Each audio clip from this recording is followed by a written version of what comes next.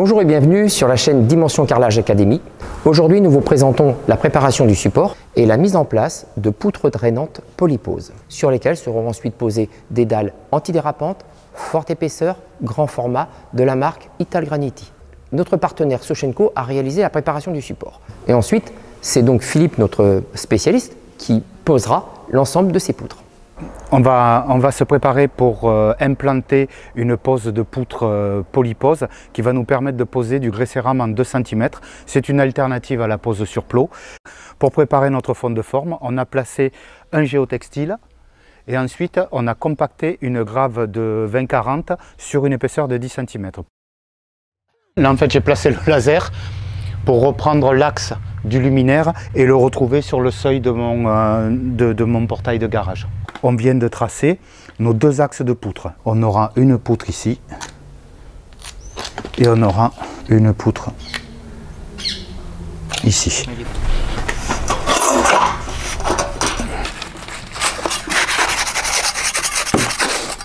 Je vais commencer à le compacter un petit peu. Impeccable.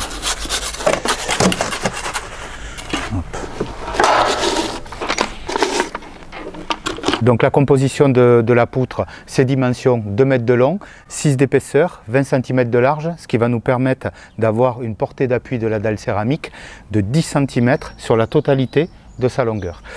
La composition du béton, c'est un béton dosé à 350 kg, ferraillé, 3 tors de 8 dedans, disposés en triangle et fibré. Dessus, elle est composée d'une natte de drainage qu'on voit ici. Et tout à l'heure, j'en découperai un petit bout et on verra que dessous, on a en plus une natte d'étanchéité.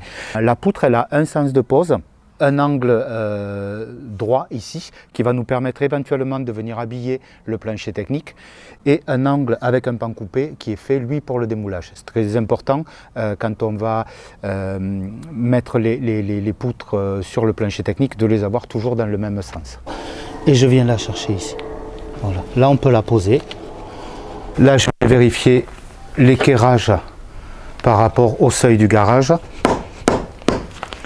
Un peu là-bas. Il va falloir la descendre un peu encore. Donc ce qui est très important pour la jonction après des dalles céramiques dessus, c'est de bien regarder le niveau de la poutre dans le sens des 20 cm, hein, qu'on n'ait pas de décroché de dalle à dalle après. Elle est parfaite. Donc cette poutre, c'est notre première poutre de départ. On va pouvoir finir de la sceller. Pour ça, on va remonter les boudins de béton. On va simplement les ferrer. Et au milieu, en sécurité. Pour la découpe de la poutre, on va plutôt prendre un disque multi-usage, puisqu'en fait dedans on a 3 tors de 8.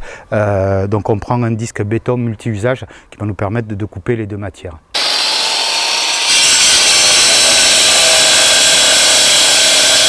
Pour finir d'argumenter la composition de la poutre, on voit ici les 2 nattes différentes, la natte de drainage en tissu ici et la natte d'étanchéité bleue prise sur le béton. Nos 3 tors de 8, ça, on doit la protéger avec une peinture bitumineuse ou, comme on va le faire ici, la noyer dans le plot de jonction des 2 poutres. Alors, on pose, on laisse un petit jaune.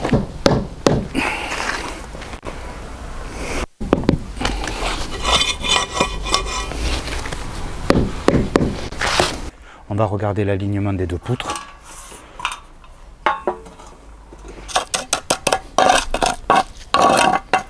Pour l'alignement de la 2e poutre, en fait, on va se faire un petit gabarit de pose.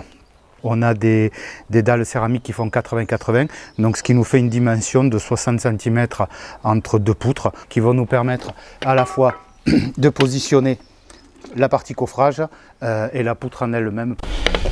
Nos 2 petits gabarits de pose, hop, ici,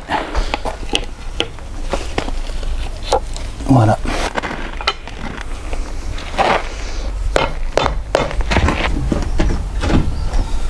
Parfait. Voilà, la pose du plancher technique est finie. Petite variante sur ce chantier spécifiquement, c'est qu'on a rajouté des morceaux de poutrelle puisque sur cet espace va recevoir un spa. Donc ce qui va nous permettre de consolider la plateforme, qu'elle va accepter le mouvement de l'eau quand vous allez rentrer dans le bassin. Dans un prochain épisode, nous vous présenterons la pose de dalles grand format forte épaisseur sur ces poutres polyposes. Un conseil, une question, retrouvez-nous sur dimensioncarrelage.com.